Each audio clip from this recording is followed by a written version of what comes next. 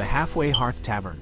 You leave the quiet of your room, securing your pack with the agitated crystals safely locked inside, and head down the sturdy wooden stairs.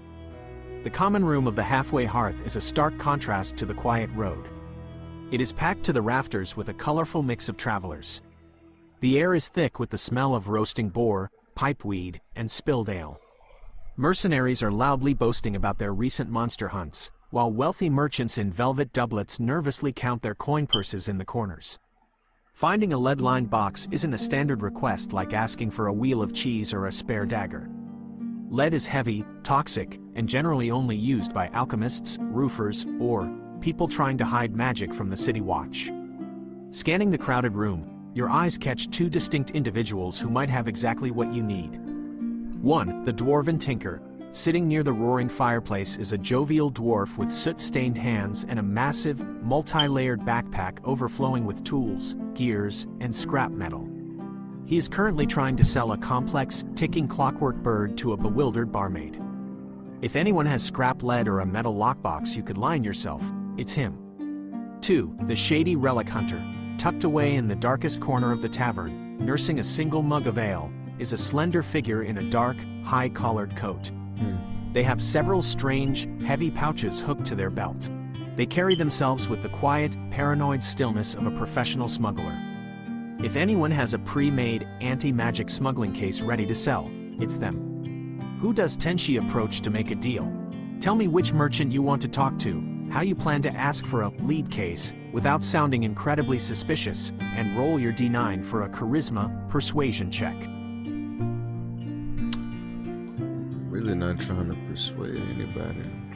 Asking for a metal case.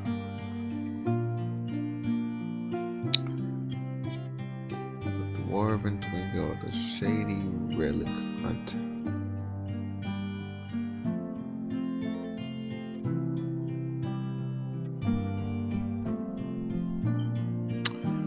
Let's. Alright.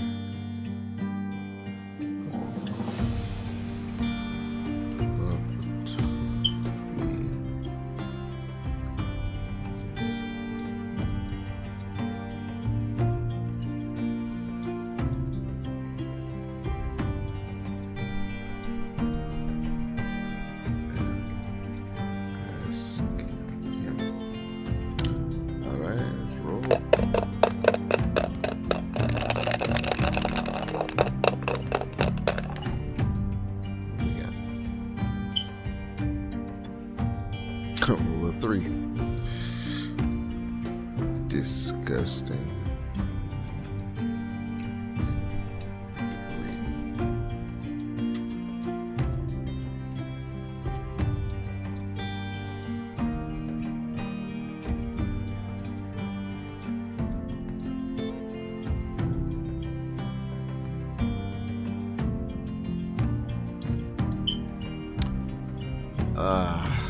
Clumsy. Well, that sucks.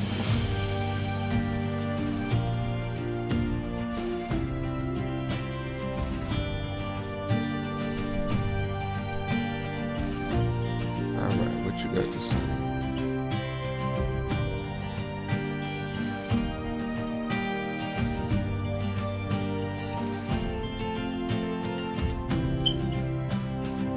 A3. A clumsy negotiation. A3. Not your smoothest social interaction, Tenshi. You are a holy warrior, not a silver-tongued smuggler, and it shows. You walk up to the Dwarven Tinker, who is currently trying to convince the barmaid that his ticking mechanical bird is a great substitute for a guard dog. You clear your throat, leaning in a little too close, and ask in a hushed, overly dramatic whisper if he has a lead case. The dwarf stops winding his mechanical bird. He slowly turns his soot-stained face toward you, looking up and down at your radiant aura and the holy symbol of the light hanging from your neck. He raises a thick, bushy eyebrow. A lead case, he repeats, not whispering at all. A few merchants at the next table glance over. What in the nine hells does a lightbringer need with a lead-lined box?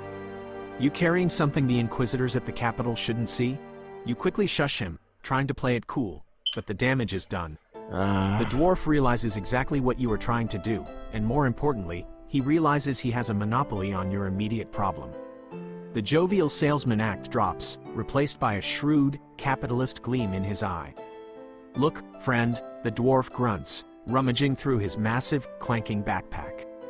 "I don't ask questions if the coin is good. But I don't carry pre-made smugglers' lockboxes. That's illegal." He heaves a heavy, ugly, dented metal pot onto the table with a loud clang. "What I do have is an alchemist's crucible made of solid, high-density lead, complete with a threaded lid.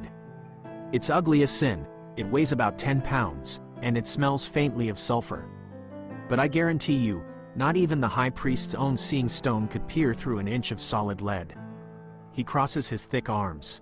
"Because you're asking for specialized goods, and because I'm doing you a favor by not asking what a holy archer is smuggling, the price is 15 gold pieces. Take it or leave it. The cost of secrecy. You have 69 gold pieces, plus your 7 ancient silver coins. 15 gold is a very steep price for an ugly, heavy lead pot, taking a significant chunk out of your current wealth." However, looking at the shady relic hunter in the corner, who is now actively watching your clumsy negotiation with the dwarf, you realize trying to strike a second deal might just draw more unwanted attention. What do you do, Tenchi? Would you like to pay the steep 15 GP for the ugly lead crucible, or do you want to walk away and try to find a cheaper, riskier alternative?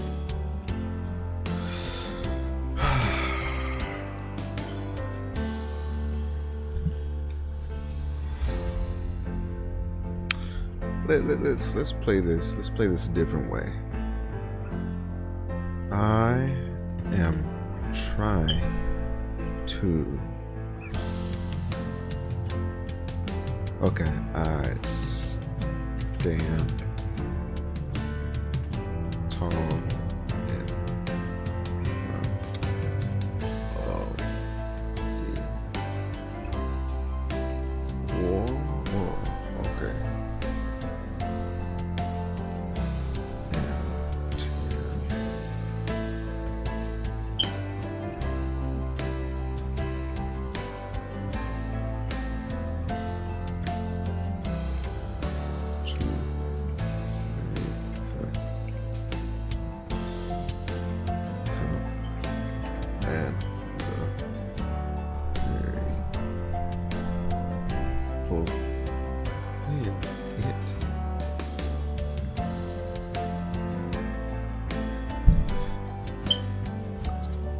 I'm trying to save the capital and the very people within it.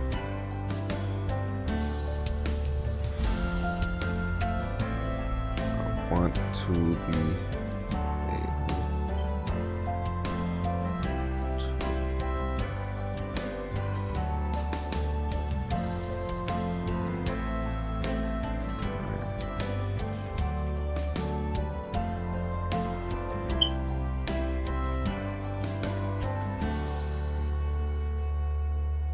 and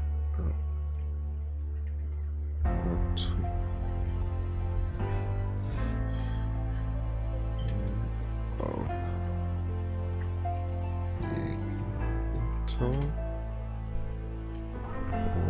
this tavern. I am trying to save the capital and the very people within it. I want to be able to do my business without causing an uproar to the people of the capital or this tavern. I think that's good.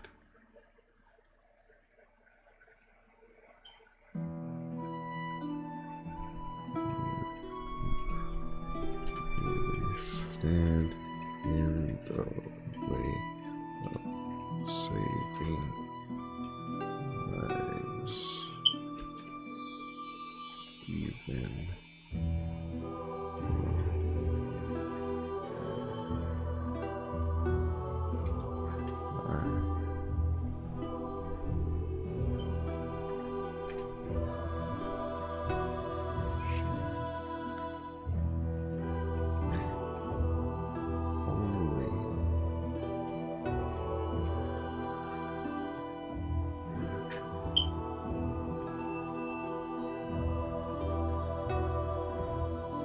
such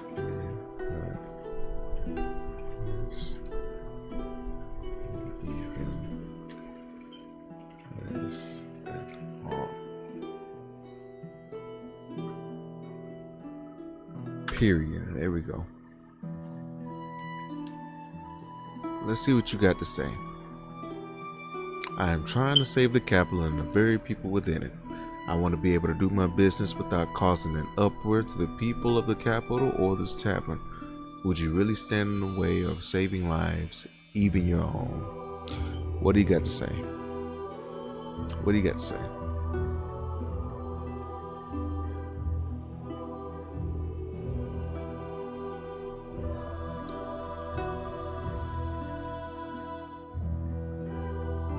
Come on. A righteous proclamation. You draw yourself up to your full height, letting your holy aura subtly flare around you. The ambient noise of the tavern seems to dampen just a fraction as you deliver your speech. Your voice carries the weight of your divine calling, ringing with absolute sincerity and a heavy dose of righteous intimidation. You aren't just haggling anymore, you are commanding the room. The barmaid abruptly stops wiping the table next to you, her eyes wide. A few of the mercenaries near the fire pause mid-drink, looking over at the glowing holy archer making a scene. Over in the dark corner, the shady relic hunter stops nursing their ale entirely, their eyes locked intensely on you and the ugly lead pot sitting on the dwarf's table. The dwarven tinker blinks. His bushy beard twitches. Dwarves are famously stubborn and deeply possessive of their wares, but even a seasoned merchant has to pause when a lightbringer publicly accuses them of standing in the way of saving the capital. He glances nervously around the tavern, realizing that half the room is now watching this exchange. What you gonna do? Lower your voice, by the stone, he hisses, visibly sweating now. He looks at the heavy lead crucible, then back at you, clearly doing some frantic mental calculations about the wrath of the gods versus the weight of his coin purse. That is a bold, high-stakes strategy, Tenchi. You have put all your holy cards on the table.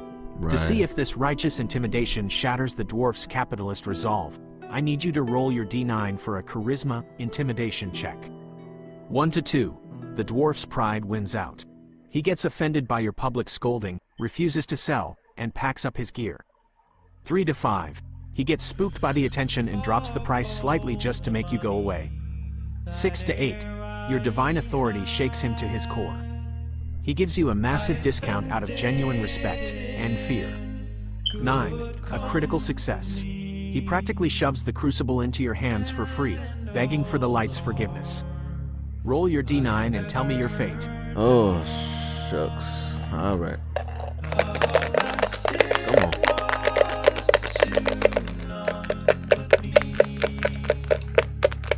Please give me something good. What we got? A 9.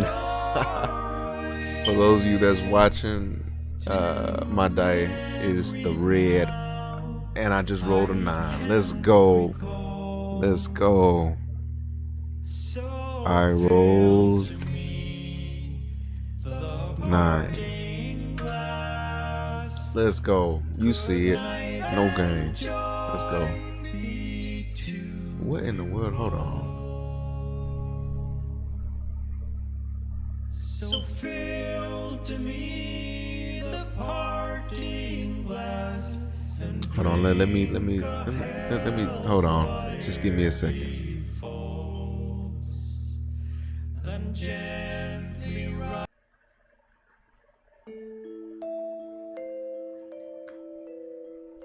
Alright, we're back.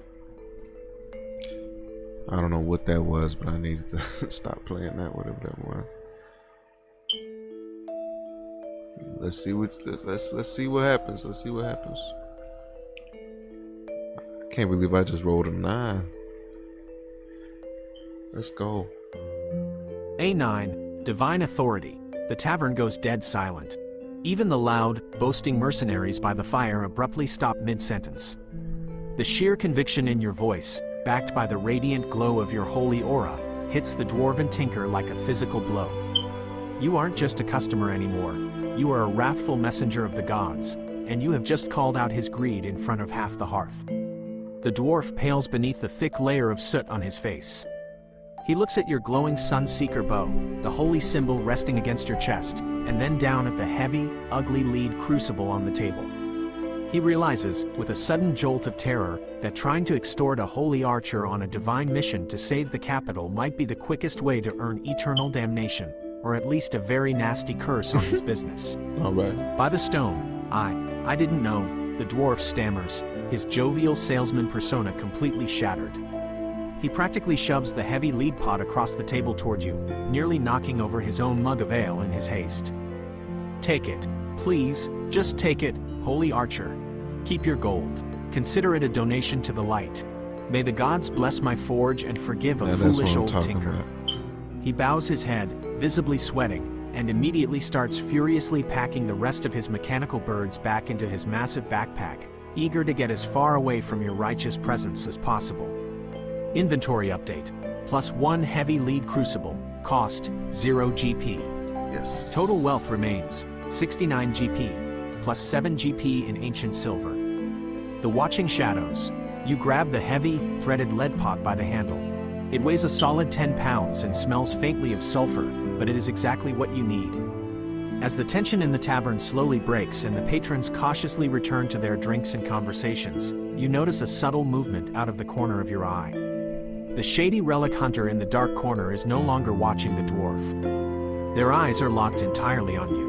They slowly raise their mug of ale in a silent, mocking toast to your dramatic performance, a knowing smirk playing on their lips. They don't know exactly what you are trying to smuggle into the capital, but your public display just confirmed to a professional smuggler that you are indeed carrying something highly illegal and incredibly valuable. Securing the cargo, you carry the heavy crucible back upstairs to the safety of your locked room.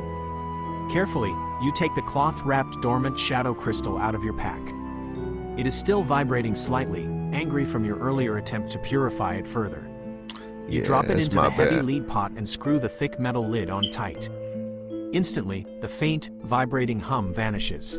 The oppressive, cold weight of the shadow magic is completely smothered by the dense lead. You run your hand over the ugly metal pot. To your magical senses, it feels like absolutely nothing. The Inquisitors seeing stones at the gates of Luminous won't be able to detect a thing. You stash the heavy pot securely at the bottom of your pack and finally settle in for the night, ready for the long road ahead. You have outsmarted the magical security of the capital. The next 3 days on the road pass in a blur of rolling plains and guarded merchant camps.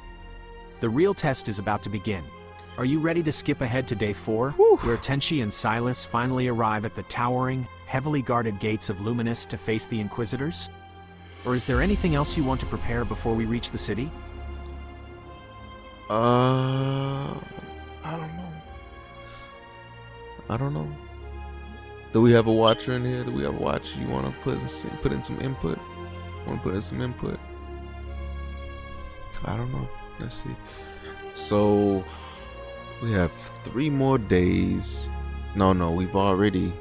The next 3 days on the road pass in a blur of rolling plains and guarded merchant camps. Okay. So 3 days have passed. Are you ready to skip ahead to day 4, where Tenchi and Silas finally arrive at the towering, heavily guarded gates of Luminous to face the Inquisitors? Or is there anything else you want to prepare before you reach the city? Okay, I literally have everything. I have the lead pot and the crystal. I do need to see what my ring. Okay, before we skip ahead, I need to. No, I want to wear my ring. I want to wear the ring in my bag. Does this ring give any bonus stats? Let's see.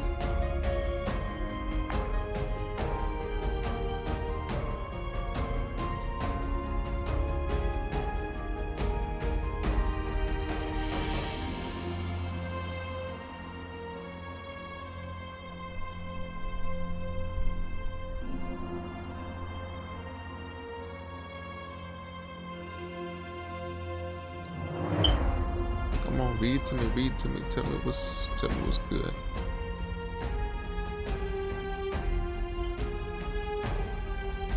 Tell me what's The good. tarnished silver ring. You sit on the edge of your bed, the heavy lead crucible safely stashed away, and pull the small tarnished silver ring from your pouch. Up close, the crest engraved into the silver is almost entirely worn away by time, depicting what looks like a stylized shield and a crescent moon. It pulses with that very faint, lingering magical aura. You slide the cold metal onto your finger. Because you are a warrior of the light, your passive holy aura instantly reacts to the ancient magic within the ring. The moment it touches your skin, the thick layer of black tarnish begins to rapidly burn away, flaking off like dry ash. In seconds, the ring transforms from a dull, ugly band into a piece of gleaming, polished silver. That's The fresh. faint magic within it hums, shifting from a stagnant, ancient feeling to a warm, comforting pulse that syncs with your own heartbeat. Okay then. Item appraised and equipped, the purified signet of the eclipse. This ring originally belonged to That's a noble house that fresh. dedicated their lives to guarding against the creatures of the night. Okay. By purifying it with your holy aura, you have awakened its dormant enchantment. Here are your bonus stats. Mechanic. In our D9 system, this ring grants you a permanent +1 bonus to any willpower, resistance, or magic defense roll. Narrative effect.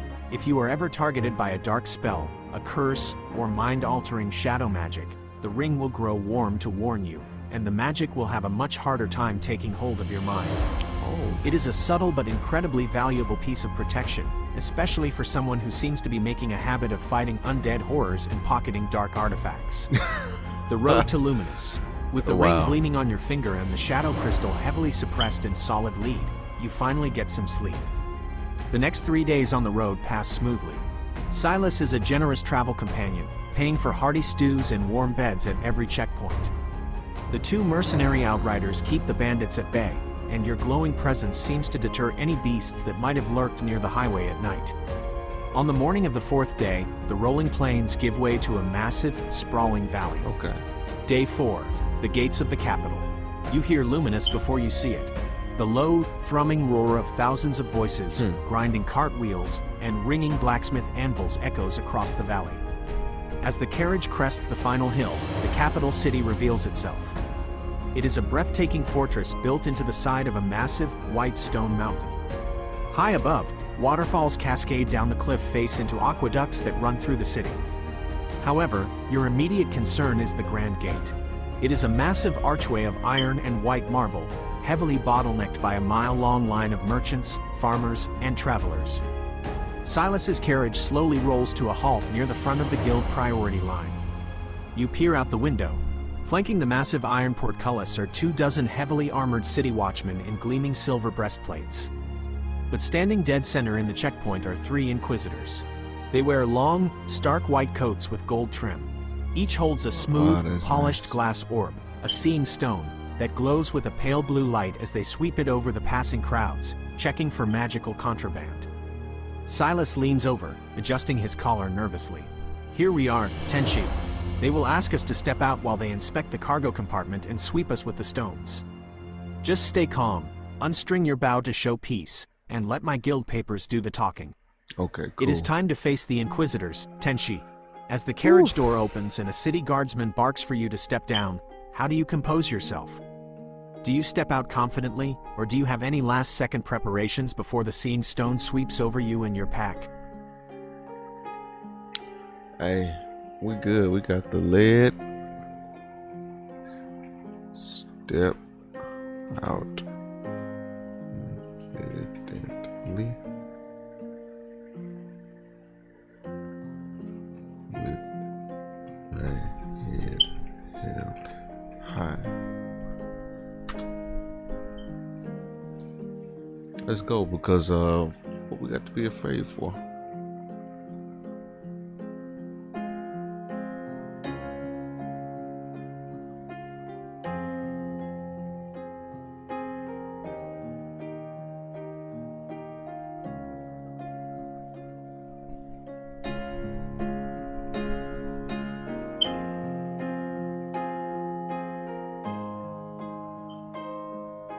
Look like there's a lot. It look like there's a lot. Let's read it.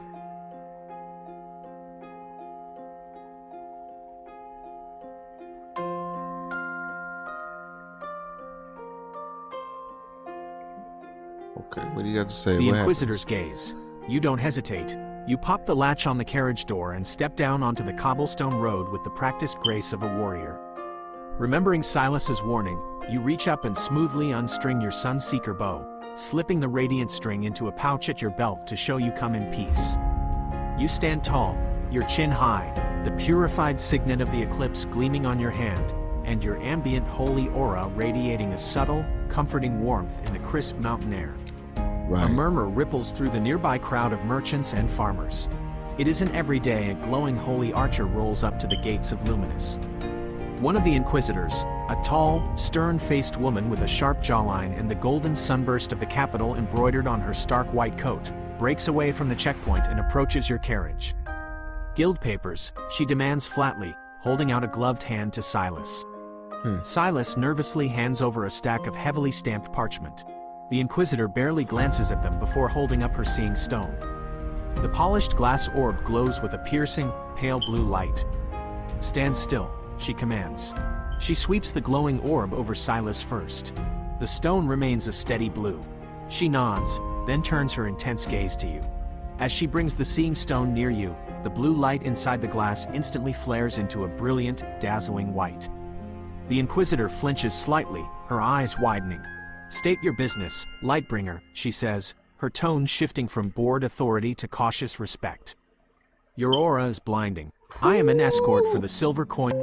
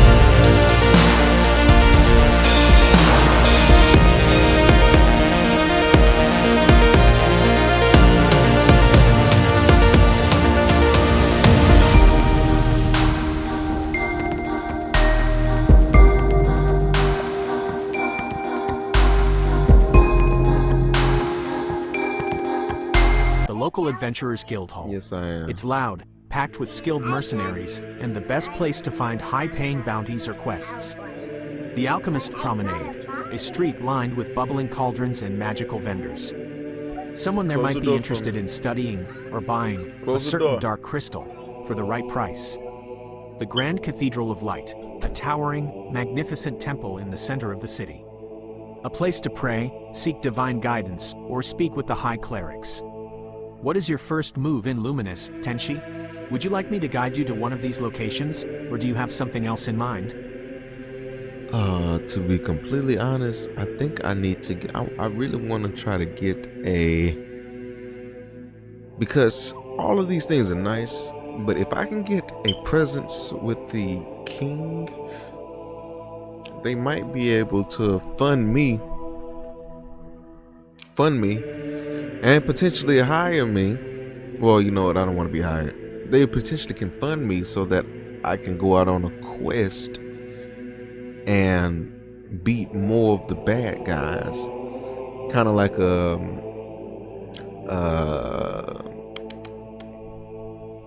I don't know, hired help, I guess. I really want to say.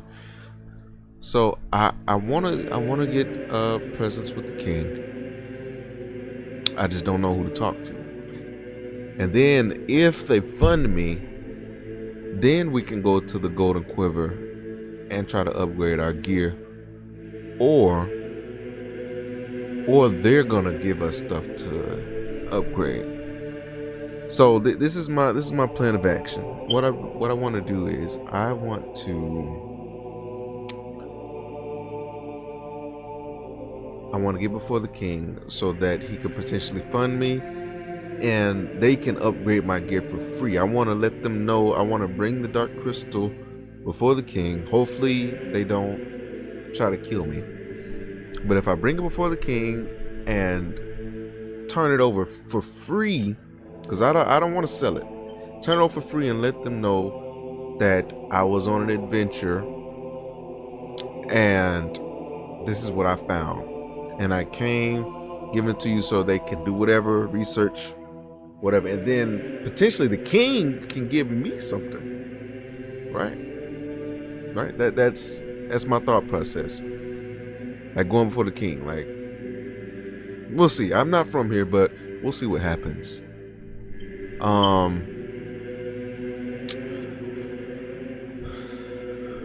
Okay, so with the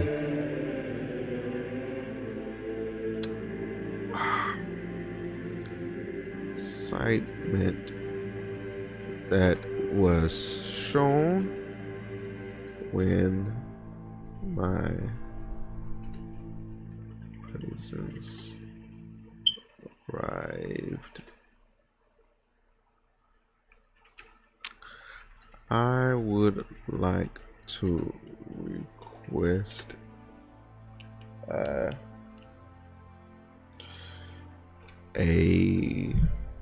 what's the word? It's not a summons. I don't want to be summoned. Christy with the King of Luminous before I go exploring through the city.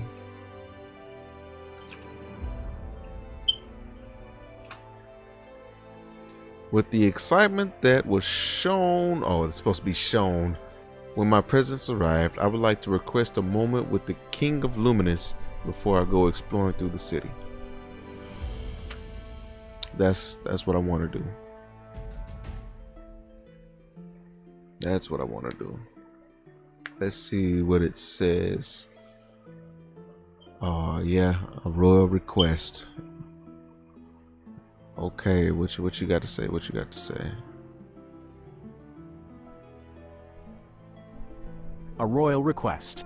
You turn away from the bustling merchant district, your heavy coin purse secured at your belt, and look back at the stern inquisitor who just cleared you for entry. Silas, who was just about to hail a cargo cart for his lockbox, stops dead in his tracks. You stand tall, your holy aura radiating softly, and calmly request an immediate audience with the King of Luminous. An audience with the Silas practically chokes on his own breath. Tenshi, he hisses, his eyes darting around nervously. You can't just... The tall inquisitor holds up a gloved hand, silencing the merchant. She looks you up and down, her expression a mix of genuine amusement and sheer disbelief. She crosses her arms over her stark white coat. The king, she repeats, her voice flat, though a tiny smirk tugs at the corner of her mouth. You step off a merchant's carriage, smelling faintly of goblin ash and road dirt, and you want a moment with King Eric the Just. She gestures up toward the very peak of the mountain city. High above the smog of the forges and the bustle of the markets, a massive, gleaming palace of white marble and gold spires pierces the clouds. The sunlit throne is housed in the Zenith Keep, Lightbringer, she explains, her tone firm but not unkind. Audiences with His Majesty are booked months in advance by visiting dignitaries, high lords, and guildmasters. Even with an aura as blinding as yours, the royal guard at the keep's gates will turn you away before you even cross the drawbridge. They do not accept walk-ins. The path to the throne. The Inquisitor steps a little closer, lowering her voice slightly over the din of the gatehouse. However, she murmurs, tapping her chin. The crown works very closely with the church. If a warrior of your divine caliber truly requires the king's ear, perhaps regarding whatever horrors you clearly faced on the road, you cannot start at the top. She points a commanding finger toward the center of the city, where the massive, stained glass spires of a magnificent temple rise above the surrounding architecture. You must go to the Grand Cathedral of Light. Present yourself to the High Clerics. If you can impress them, or prove that your business is of vital importance to the realm, a High Cleric has the authority to issue a royal writ of audience. That piece of paper is the only way a newly arrived adventurer is getting past the Zenith Keep's gates. Silas, recovering from his shock, nods enthusiastically in agreement. She speaks the truth, Tenchi. The cathedral is your stepping stone. And speaking of stepping, I must get this lockbox to the Citadel immediately.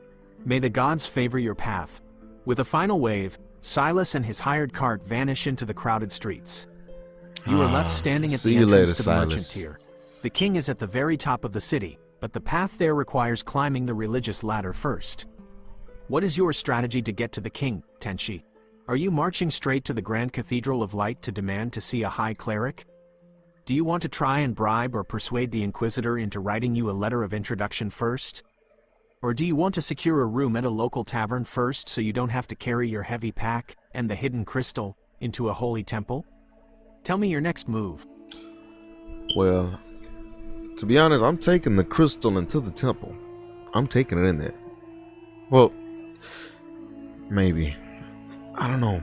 Okay, so if I take the crystal into the temple and show the High Cleric and let them know that there is a danger on the horizon and what I saw in the ancient ruins, maybe they can then issue me a letter, right, to go straight to the king. I mean, to be honest, I really could have told the soldier, the lady here. I really could have, but I don't know what her rank is. See, if I tell somebody too low, you don't know if they're crooked or not. So I'm gonna take my stuff. I'm gonna go straight to the Grand Cathedral, and we're gonna see what happens then. I don't need a letter from her. I don't need a letter from her. Because, I mean, she barely even knows who I am. Hey. You want my dress? This is so beautiful. This has some colors. Okay. Mommy has black. This looks dirty. You gotta put this in the dirty clothes. Where'd you get that? You wanna wear that? Yeah. No, it's dirty. Go put it in dirty clothes.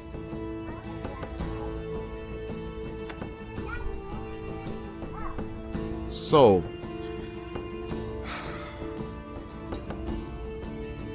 what do?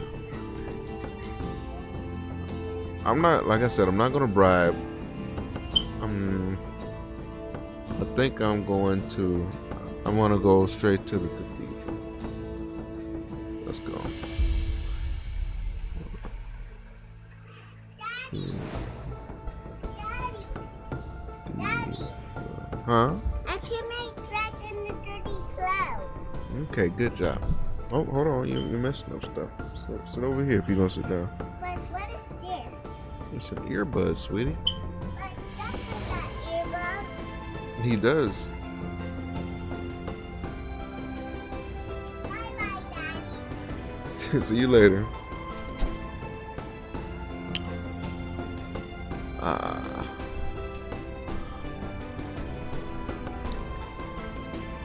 See.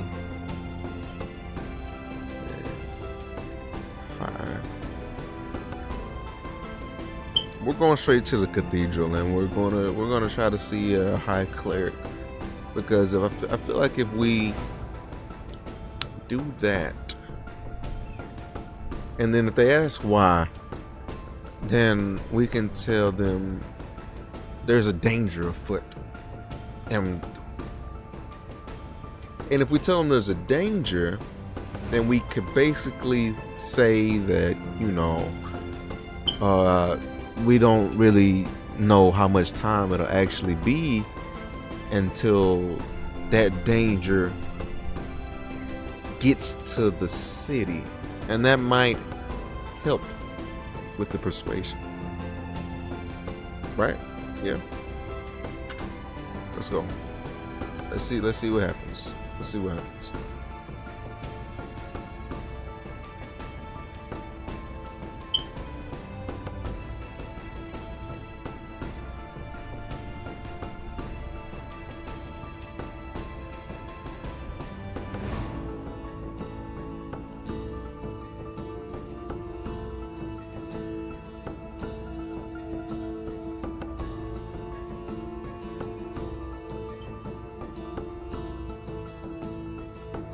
The Grand Cathedral of Light. You don't bother securing a tavern room. You don't drop off your heavy pack. With the confidence of a holy warrior who just single-handedly smote an undead horror, you march straight past the merchant stalls and begin the steep climb up the wide, white marble steps toward the center of the city. The Grand Cathedral of Light is a breathtaking architectural marvel. Massive spires of polished white stone reach toward the heavens, inlaid with intricate gold filigree. Gigantic stained glass windows cast dazzling arrays of colored light across the massive courtyard, where dozens of acolytes in white robes hurry about their daily tasks. As you cross the threshold and push open the towering, heavy oak doors, the sheer scale of the interior hits you. The vaulted ceiling is impossibly high, held up by massive pillars carved to look like weeping angels.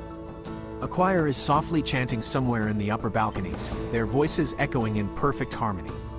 Hundreds of citizens are kneeling in the pews, heads bowed in silent prayer. The weight of shadows.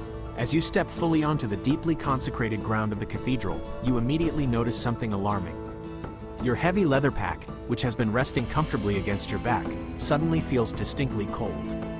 The ambient, overwhelming holy magic of the cathedral is so thick in the air that it is physically pressing against the heavy lead crucible hidden at the bottom of your bag. The lead is holding, barely. It is still blocking the magical signature from escaping, but the sheer pressure of the temple's divine energy is causing the dormant shadow crystal inside to violently vibrate against the metal walls of the pot. It feels like you are carrying a buzzing hornet's nest on your back. You must tread very carefully. If that lead pot cracks or opens while you are standing in the middle of the high altar, the resulting explosion of conflicting magic will likely level half the room and brand you as a heretic. Demanding an audience. Ignoring the buzzing weight on your back and the wide-eyed stares of the kneeling worshippers who are staring at your road-weary, mud-splattered boots tracking dirt onto their pristine marble floors, you march straight down the center aisle. You bypass the velvet ropes and step right up to the raised high altar. A stern-looking paladin of the Cathedral Watch, clad in heavy, gleaming silver-plate armor and holding a massive halberd, immediately steps into your path. He crosses his weapon in front of his chest, blocking your way to the inner sanctum where the high clerics reside. Halt, traveler, the paladin's voice booms, echoing slightly in the massive hall. Okay. His eyes narrow as he takes in your different. blinding holy aura, the purified signet on your hand, and the mud on your cloak. The high clerics are deep in meditation and counsel. You cannot simply march onto the high altar. State your name, your order, and your business, or step back. You have the floor, Tenshi. You are standing face to face with a heavily armored paladin of the cathedral, carrying a buzzing dark artifact on your back, and you need to convince him to interrupt the high clerics. What do you say to the paladin to demand your audience? Do you invoke your victory over the white in the Whispering Woods? Do you claim divine urgency?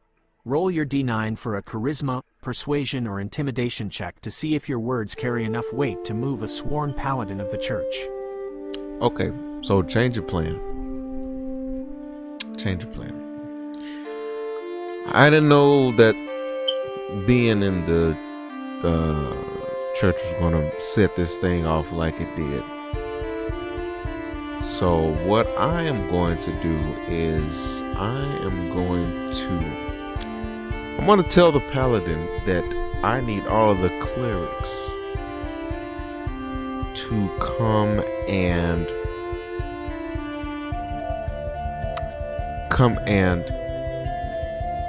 pray a seal over this dark crystal, because it has the potential to level the whole sanctuary. Okay? It's urgent. And I feel like if I tell them now, then I won't be labeled as a heretic. See what I'm saying? Or anyone that's bad. And it'll actually be the paladin's fault. I'll tell him that I told him I wasn't lying, I wasn't bluffing. And I was trying to get this to the king. Okay, it's urgent. I need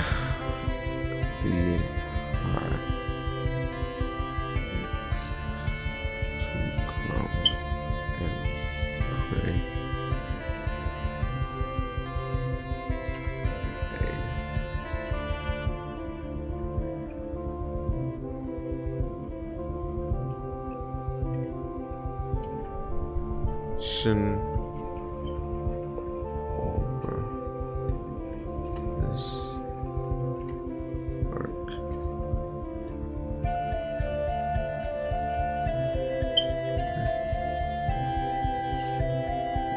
Inside my bag.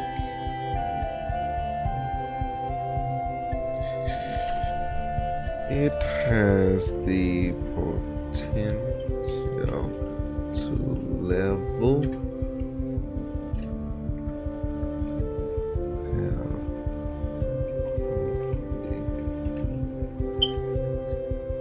sanctuary.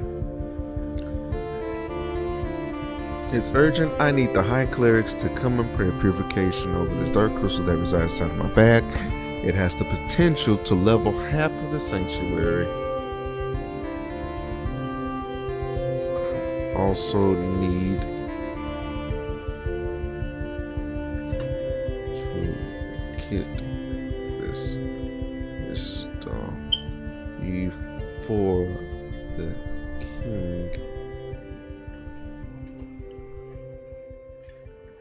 himself and warn of the dangers that are rising up.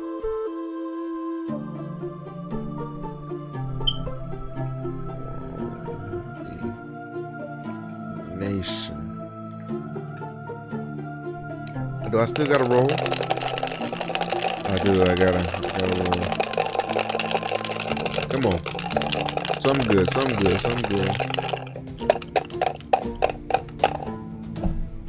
Please. A 5. I think a 5 would be. I think a 5 is good enough. A 5 should be like right there. Just like right there.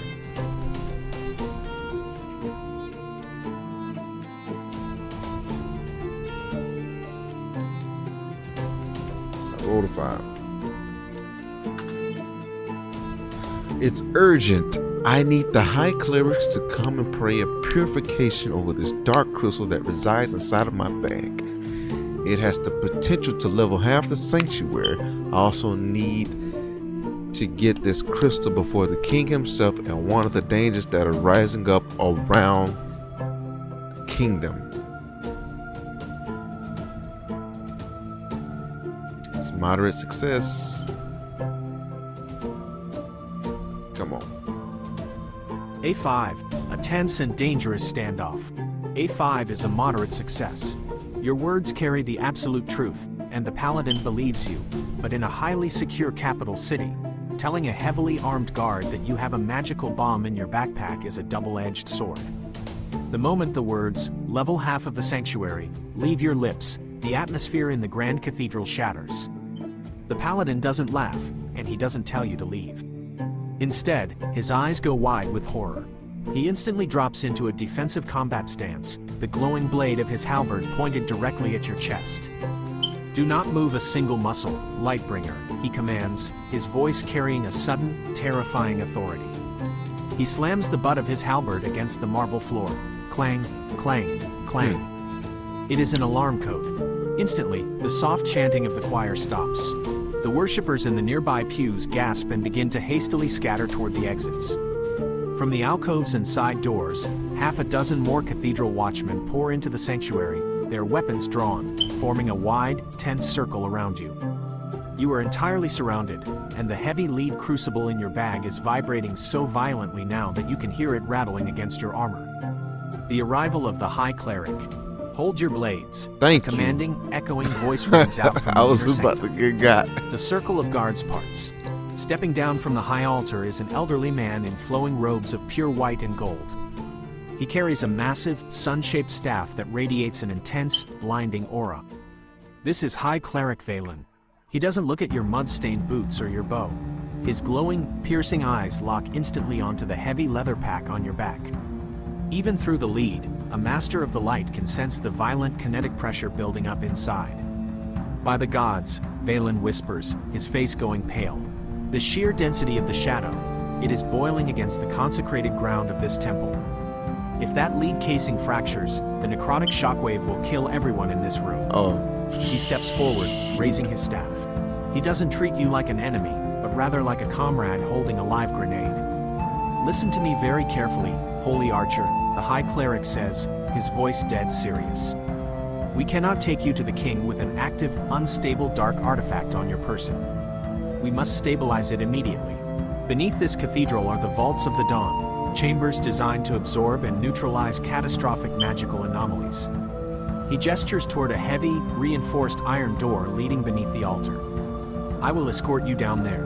Together, we will open the crucible and attempt a unified, high-tier purification to destroy the crystal before it detonates. If we survive, I swear by the light I will march you into the Zenith Keep to see King Eric myself." The stakes are at an all-time high. hope this is not a roll. Tenchi. The crystal is on the verge of exploding from the pressure of the I really cathedral's hope it's holy not a aura. roll. What is your next move? Do you nod your head, follow High Cleric Valen down into the Vaults of the Dawn, and prepare to face the unleashed shadow magic? Or do you have another desperate plan to keep the crystal from detonating in the sanctuary? He got the best plan, to be honest with you. I'm not about to try to do anything else. I'm going with him. I go down into the... Go down into the vaults. Let's do it. Let's do it, because, no.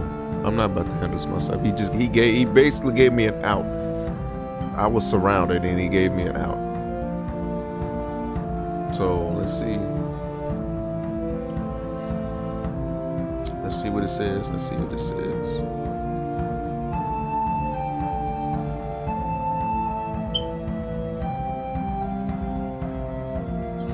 Let's see what it says. Descent into the vaults. You give a single, sharp nod. The paladins lower their weapons, though they don't relax their stances. High Cleric Valen turns on his heel, his glowing staff tapping a rapid rhythm against the marble as he leads you toward the heavy iron door behind the altar. As you follow him, the rattling against your back becomes frantic. The lead crucible is physically shuddering inside your pack, desperate to burst open under the crushing weight of the cathedral's holy atmosphere. Valen throws open the iron door, revealing a spiraling stone staircase that descends deep into the mountain's bedrock. The air grows noticeably cooler, and the ambient noise of the city above vanishes entirely. Quickly, Tenshi, the pressure is critical, Valen urges, practically jogging down the steps.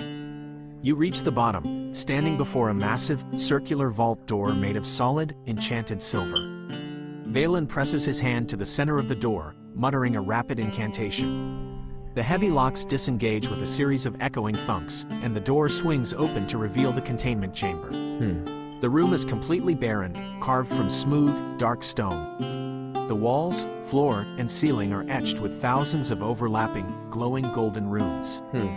This room was designed to withstand the detonation of archdemon cores and volatile magical anomalies. Alright. The purification ritual. Place your pack in the center of the room, Valen commands, stepping back to the edge of the chamber and raising his staff. The golden runes on the floor immediately flare to life, linking together to form a spherical cage of pure light around the center of the room. You walk to the center, carefully shrug off your heavy pack, and unbuckle the flap. You reach in and pull out the heavy, ugly lead crucible. It is hot to the touch now, violently vibrating in your hands. You set it down on the stone floor. You step back, drawing your Sunseeker bow. Here is the plan, Holy Archer, Valen shouts over the sudden, high-pitched whining sound emitting from the lead pot. The moment you unscrew that lid, the necrotic energy is going to violently expand, seeking to consume the light in this room. I will hold the containment field to keep it from destroying the cathedral. You must draw your bow, channel every ounce of your divine fury into a single arrow, and shatter the crystal's core before it overwhelms my shield. The heavy lead lid of the crucible gives a terrifying screech as the pressure inside physically pushes the metal threads upward. It is going to blow in seconds. Valen slams his staff into the ground. Do it now, Tenshi. Break the seal and loose your arrow. This is a critical moment. You are about to unleash a pressurized bomb of ancient shadow magic inside a sealed vault. Tell me your actions, and roll your d9 for a high-stakes ranged, magic attack. Remember, you have a +1 bonus from your purified signet of the eclipse for resisting the dark magic's pushback. Let's see if you and the High Cleric can destroy this artifact once and for all. Alright, so this was about to go down. We're gonna have to try to pray for the angel again. We're gonna have to try to pray for the angel again. Okay.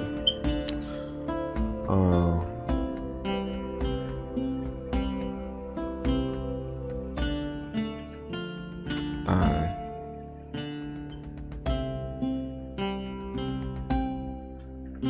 shout a prayer from the angel to him of the holy Christ and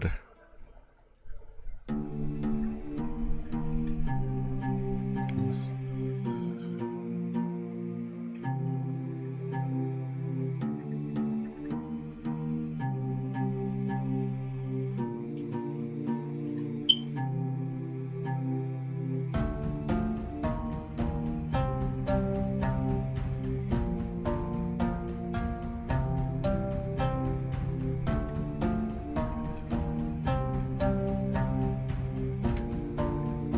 Ready to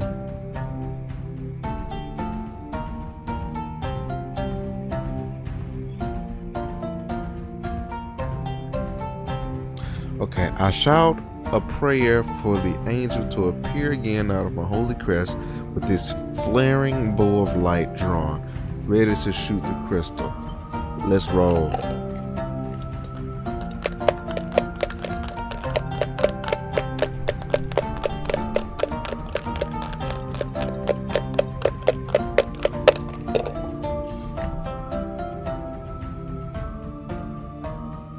Roll a 5.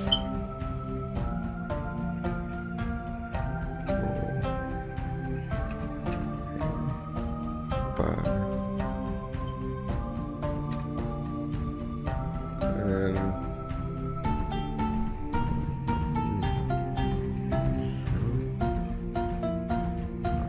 roll.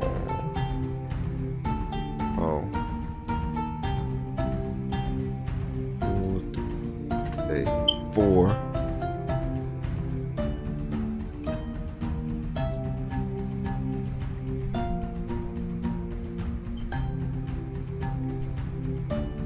This is the +1.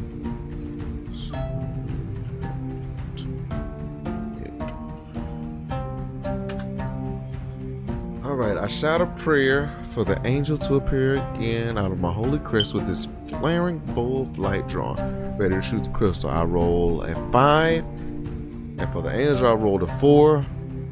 This is without the +1, so you have to add it.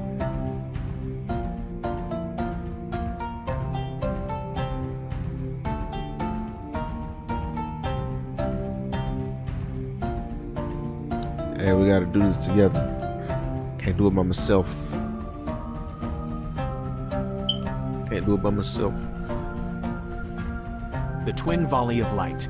You don't just draw your own bow, you call upon the heavens themselves. As the lead lid of the crucible begins to bulge under the terrifying pressure, you grip the glowing holy symbol at your chest and shout your prayer. The air in the vault hums, not with shadow, but with the deafening, harmonious chord of divine intervention. From the radiant light of your crest, the celestial guardian materializes once more. But this time, mirroring its summoner, it does not draw a greatsword. Instead, it raises its massive, armored arms and pulls back a heavy, flaring longbow forged entirely from solidified sunlight. The eruption, with a deafening bang, the heavy lead lid of the crucible is blown clean off, ricocheting violently off the stone ceiling. A geyser of pure, concentrated necrotic shadow erupts upward. It is a terrifying, twisting pillar of sickly purple and black, slamming directly into High Cleric Valen's golden containment sphere. The High Cleric grunts, dropping to one knee as he struggles to hold the shield. Now, Tenshi, he roars. The angels strike. 4. The Guardian releases its radiant bowstring. The arrow of sunlight streaks into the swirling vortex of shadow. With a roll of 4, the angel's arrow struggles to pierce the sheer density of the concentrated dark magic.